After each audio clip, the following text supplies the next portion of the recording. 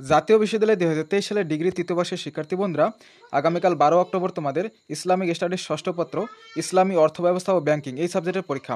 তো এই ভিডিওতে আমি আরিফ স্যারের ক, খ ও গ বিভাগের শেষ মুহূর্তে শর্টকাট চূড়ান্ত সাজেশন শেয়ার করব। আশা করি এখান থেকে তোমাদের 95% কমন থাকবে।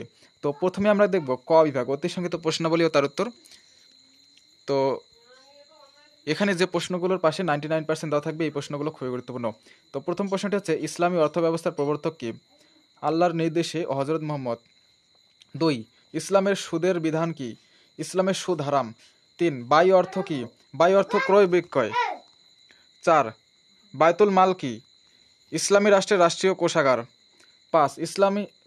ইসলাম কি ধরনের জীবন ব্যবস্থা? ইসলাম একটি পূর্ণাঙ্গ জীবন ব্যবস্থা। 6. পুঁজিবাদের ভূমির মালিক কে? পুঁজিবাদে ভূমির একচ্ছত্র মালিক ব্যক্তি। 7. সমাজতান্ত্রিক অর্থব্যবস্থায় সম্পদের মালিক কে? সমাজতান্ত্রিক অর্থব্যবস্থায় সম্পদের মালিক হলো রাষ্ট্র বা সরকার। 8. মুনাফা শব্দের অর্থ কি? লাভ। 9. মুশারাকা কাকে বলে? 2 বা ততোধিক ব্যক্তির মূলধন সংগ্রহ করে সক্রিয় ব্যবসায় অংশগ্রহণ করাকে মুশারাকা বলে। 10. জাকাতের হার কত? জাকাতের হার 2.50%। 11. ইসলামের সুদের বিধান কি? এই প্রশ্নটি ডাবল হয়ে গেছে, এটি হবে হারাম। 12. সমাজতন্ত্র কি? সমাজতন্ত্র হচ্ছে এমন এক সমাজ ব্যবস্থা যেখানে জীবনযাত্রার প্রধান মাধ্যমগুলোর মালিক হচ্ছে রাষ্ট্র। রাষ্ট্রের লক্ষ্য হচ্ছে সকলের সমান কল্যাণ সাধন করা। 13. আমানত কি? কোনো অর্থ কারো নিকট গচ্ছিত রাখাই আমানত। 14. কিতাবুল খারাজ গ্রন্থের রচয়িতা কি? ইমাম আবু ইউসুফ। 15. ইসলামের দৃষ্টিতে সম্পদের প্রকৃত মালিক কি? ইসলামী অর্থব্যবস্থায় সম্পদের প্রকৃত মালিক সম্পদের যিনি স্রষ্টা তিনি তার মালিক। 16. জাকাত দানের বিধান কি? জাকাত দানের বিধান হলো ফরজ। 17. ইজরা কি? নির্দিষ্ট খাজানায় জমি, খাল, বিল, কারবার প্রভৃতির মেয়াদি বন্দোবস্ত বা ভাড়া দেওয়াকে ইজরা বলে। 18. ঘোড়ার জাকাত কে প্রবর্তন করেন? হযরত ওমর প্রবর্তন করেন। 19. মিরাস শব্দের অর্থ কি? মিরাস শব্দের অর্থ হলো মৃত ব্যক্তির পরিত্যক্ত সম্পদ বা উত্তরাধিকারী। 20. খারাজ বলতে কি বোঝো? ইসলামের দৃষ্টিতে খারাজ হচ্ছে ভূমিকর, যার আরবি প্রতিশব্দ তশক। 21. তাকাফুল কি? তাকাফুল একটি সমাজের দলের মধ্যে যৌথ চুক্তি যা তাদের কেউ দুর্ঘটনায় পড়লে সাহায্যের প্রতিশ্রুতি দেয়, তাকে তাকাফুল বলে। 22. ট্যাক্স বলতে কি বোঝায়? রাষ্ট্রীয় ব্যয় নির্বাহের জন্য সরকার জনগণের কাছ থেকে বাধ্যতামূলক যে অর্থ আদায় করে তাকে কর বা ট্যাক্স বলে। 23. গনিমত কি? গনিমত হচ্ছে যুদ্ধলব্ধ সম্পদ। 24. উৎপাদনের উপাদান কয়টি? 4টি, যথা ভূমি, শ্রম, মূলধন, সংগঠন। 25. ভূমি কি? প্রচলিত অর্থনীতিতে ভূমি বলতে প্রাকৃতিক সম্পদকে বোঝায়। যেসব প্রাকৃতিক সম্পদ সরাসরি মহান আল্লাহর দান তাই ভূমি। এসব প্রাকৃতিক সম্পদের মধ্যে জল, স্থল, শূন্য জগৎ, উর্বরা শক্তি, খনিজ সম্পদ, বায়ু, পানি সকলেই অন্তর্ভুক্ত। 26. ওয়াকফ সম্পত্তি কি? মুসলমানদের দানকৃত ভূমি বা সম্পত্তিকে ওয়াকফ সম্পত্তি বলা হয়।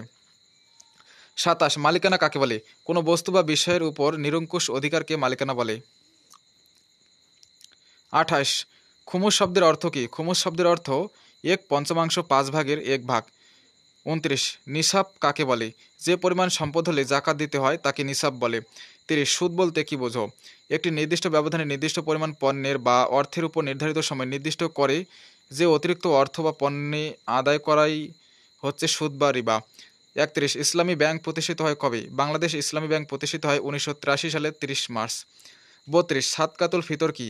রমজানের শেষে ঈদের নামাজের পূর্বে রোজার ক্ষতিপূরণ স্বরূপ ধনীগণ দরিদ্রের যে অর্থদান করে তাকে সাদকাতুল ফিতর বলে। 33. মুরাবাহা কি? ক্রয়মূল্যের সাথে মুনাফা সংযুক্তমূলক ব্যবসায়কে মুরাবাহা বলে। 34. জাবিল ফুরুজদের সংখ্যা কত? জাবিল ফুরুজদের সংখ্যা মোট 13 জন, যথা 4 জন পুরুষ, পিতা, দাদা, স্বামী, বৈপিত্রীয় ভাই, 9 জন মহিলা, স্ত্রী, কন্যা, পুত্রের কন্যা, সহোদরী বোন, বৈপিত্রীয় বোন, বৈমাত্রেয় বোন, মাতা, দাদি এবং নানি। তো শিক্ষার্থী বন্ধুরা, ক বিভাগের জন্য 34টি অতি সংক্ষিপ্ত প্রশ্ন দেখানো হলো। এখন দেখবো আমরা খ বিভাগ সংক্ষিপ্ত প্রশ্নাবলী সাজেশন। এখানেও যে প্রশ্নগুলোর পাশে 99% দেওয়া রয়েছে, এই প্রশ্নগুলো খুবই গুরুত্বপূর্ণ। প্রথম প্রশ্নটি হচ্ছে, ইসলামী অর্থনীতির লক্ষ্য ও উদ্দেশ্য সংক্ষেপে লেখো। 2. ইসলামী অর্থব্যবস্থা বলতে কি বোঝো? 3. পুঁজিবাদী অর্থব্যবস্থার 4টি বৈশিষ্ট্য লিখো। 4. ইসলামী অর্থনীতিতে ভূমির প্রকারভেদ লিখো। 5. ইসলামী অর্থব্যবস্থায় উসর ও খারাজের 4টি পার্থক্য লিখো। 6 মুক্তবাজার অর্থনীতির 4টি অসুবিধা বর্ণনা করো। 7 জাকাত এবং করের মধ্যে পার্থক্য সম লেখো। 8 আল কুরআনে উল্লেখিত সুদের ক্ষতিকর দিকগুলো কি কি? 9 ইসলামী বীমার লক্ষ্য ও উদ্দেশ্য বর্ণনা করো। 10 ইসলামী অর্থব্যবস্থায় আয় কি? 11 ইসলামী অর্থব্যবস্থায় আয়ের নিষিদ্ধ পন্থাসমূহ উল্লেখ করো।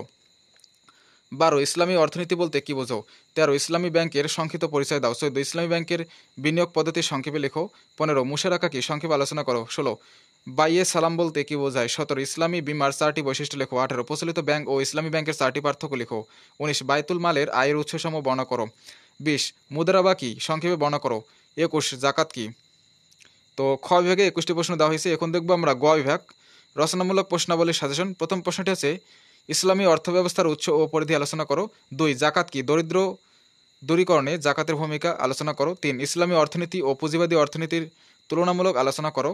4 সমাজতান্ত্রিক অর্থব্যবস্থার সাথে ইসলামী অর্থব্যবস্থার পার্থক্য আলোচনা করো। 5 ইসলামী অর্থব্যবস্থায় সংগঠন কি? সংগঠনের কার্যাবলী আলোচনা করো।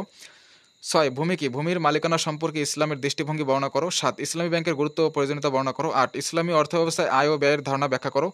9 রাসূল এর ভূমিনীতি সম্পর্কে আলোচনা করো। 10 প্রচলিত ব্যাংক ও ইসলামী ব্যাংকের 4টি পার্থক্য লেখো। 11 ইসলামী ব্যাংকের বিনিয়োগ খাতসমূহ আলোচনা করো। 12 ইসলামী তাকাফুল কি? ইসলামী তাকাফুলের বৈশিষ্ট্যসমূহ বর্ণনা করো।